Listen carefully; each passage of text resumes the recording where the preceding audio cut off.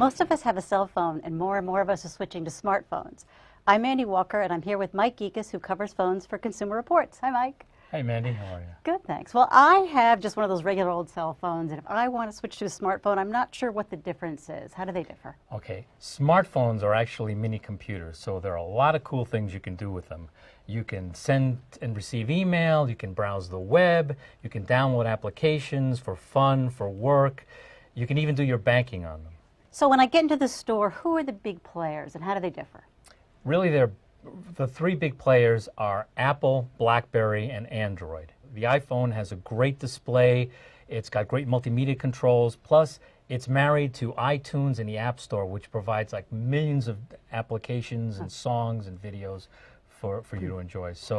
And what about the BlackBerry? BlackBerry is really great for business users. It's got a cast iron email messaging system, and IT managers like it because there are lots of controls, for security controls and so forth. Yeah. And what about the Android? And Android is great too. They're the new kid on the block. They have a highly customizable interface. They use things called widgets that are applications, but they're always on. So they're showing you things like the weather, how well your favorite team did last night, even stock reports. Wow.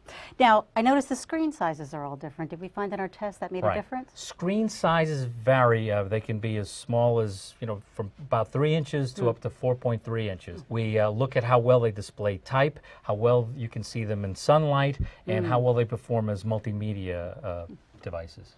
And what about the keyboards? Smartphones have two types of keyboards. Sometimes they have both. One is a virtual that you can access through a touchscreen display, or a physical keyboard with real buttons. And we find the real keyboards do better because they have feedback. They're more accurate, and if you're doing a lot of texting, you may prefer that. Yeah, okay.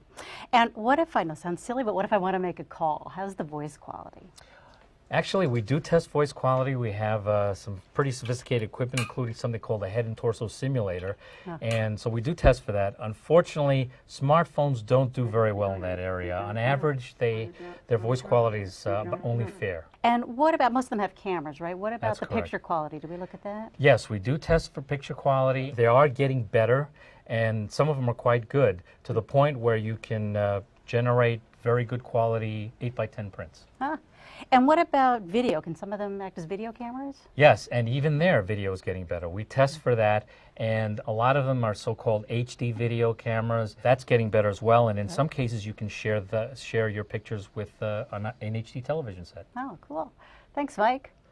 For complete smartphone ratings and regular cell phone ratings, go to consumerreports.org.